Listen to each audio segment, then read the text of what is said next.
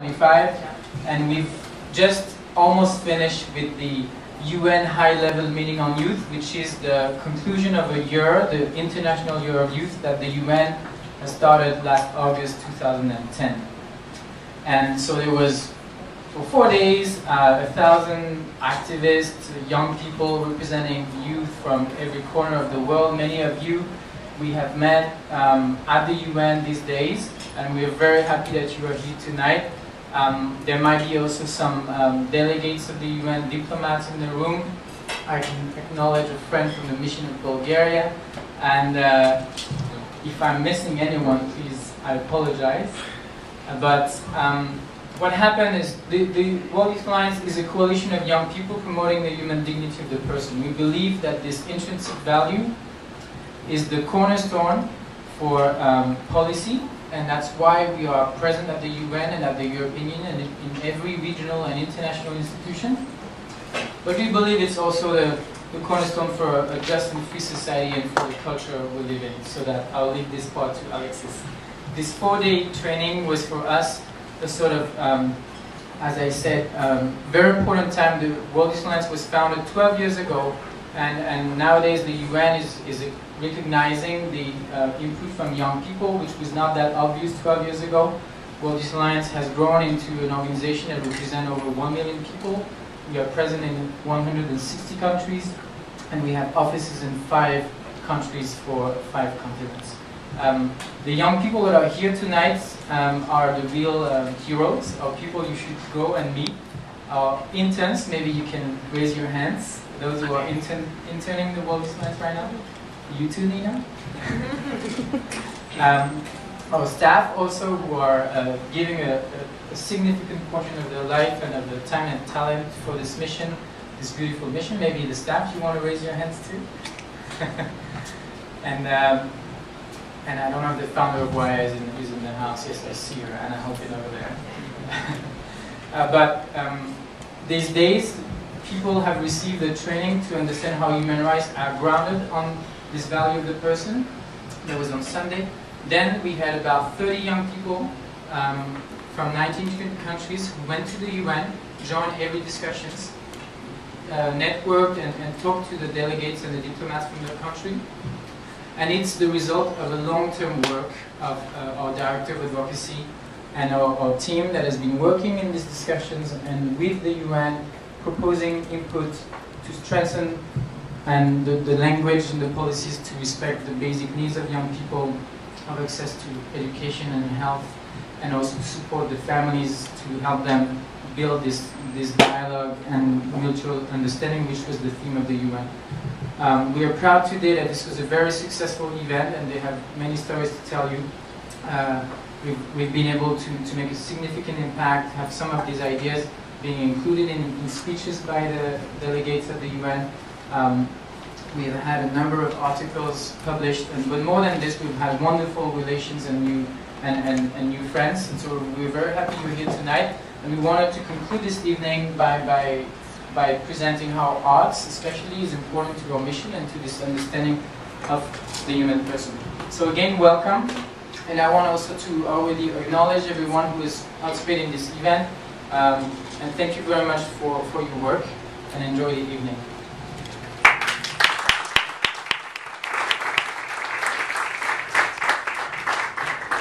Thanks. Hello, my name is Alexis Kende, and I work here at the World Youth Alliance as the Director of Cultural Programs.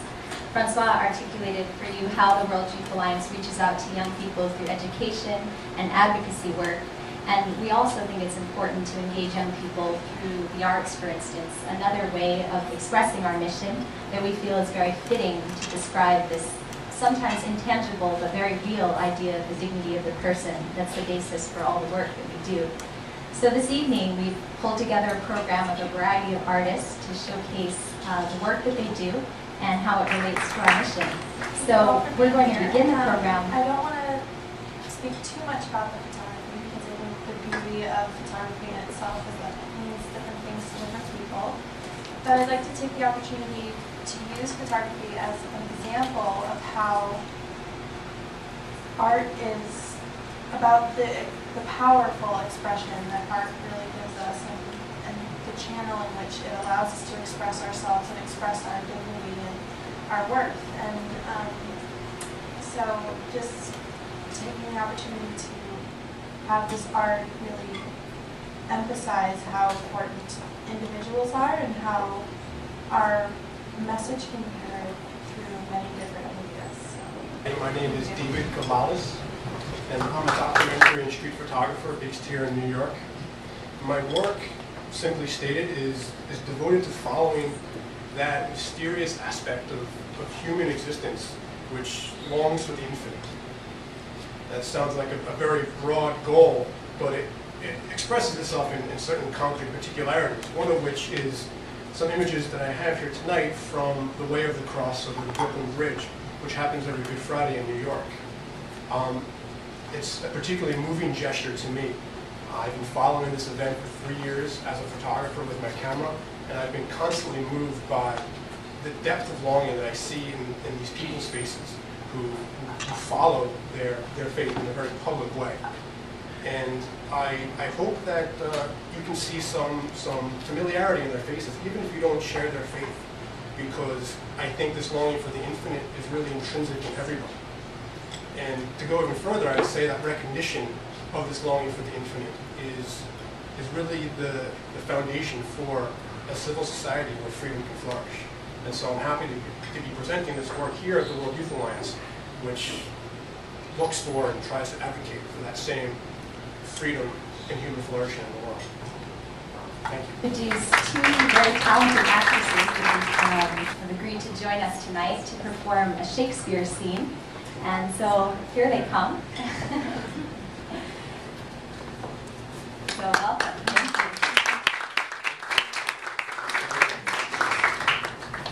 This is a scene from Henry V by Shakespeare. And in preparing these scenes, we collaborated with Alexis on different ways of introducing music into the scenes. And in this scene, the way that she's involved is that she's a character in the scene along with us. And in Henry V, what has happened before this scene is that Henry has invaded part of France. And I'm playing the French princess, and Melissa is playing Alice, her companion and maid. And it's really interesting because the scene is in French, which obviously is rare for Shakespeare since he was an English writer. So it's interesting because there are jokes both in French and in English, because in this scene I'm asking Alice to teach me English. Since we've been invaded by the English king, I realized that as a princess I'll need to learn it because I'm going to marry him. So it's interesting to have lots of wordplay in two languages. So for those of you who don't speak French, it will be interesting to see how much of this you understand and to see if it's funny.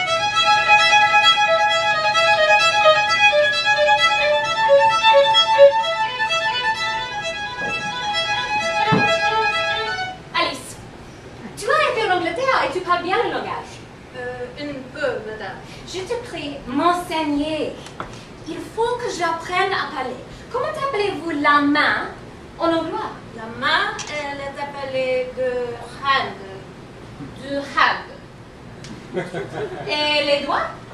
Les doigts? Ma foi, j'ai oublié les doigts, mais je me souviendrai.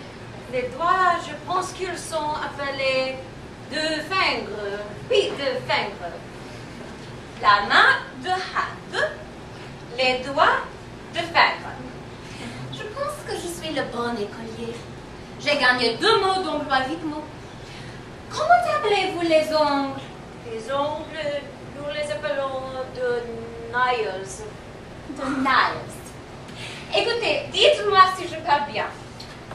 De hand, de finger, de nails. C'est bien dit, madame, il a fort bon endroit. Dites-moi l'endroit pour le bras. De arme, madame. Et le coude? De elbow. De elbow. Je m'en fais la répétition de tous les mots que vous m'avez appris dès à présent. Il est trop difficile, madame, comme je pense. Excuse-moi, Alice, écoutez. De hand, de finger, de nails, de arm, de bilbo. De elbow, madame. Seigneur Dieu, je m'en oublie de elbow. En vérité, vous prononcez le mot aussi droit que les natifs d'Angleterre. Je ne doute point d'apprendre à la grâce de Dieu et un peu de temps. N'avez-vous pas déjà oublié ce que je vous ai enseigné? Non, je réciterai à vous promptement. De hand, de finger, de miles, De nails. de nails, de arm, de elbow. Tout votre honneur de elbow. Ainsi dis-je de elbow. Comment appelez-vous le pied et la robe? De but, madame, et des cons. Des cons? Oh Seigneur Dieu, ce sont mauvais, corruptibles, gros et impudiques et non pour les dames d'honneur d'user. Je voudrais prononcer ces mots devant les seigneurs de France quand tu le montres. Le plus éloquent. Néanmoins, je réciterai une autre fois ma leçon ensemble. De hand, de finger, de nails, de arm, de elbow, de foot. Excellente, madame. C'est assez pour une fois.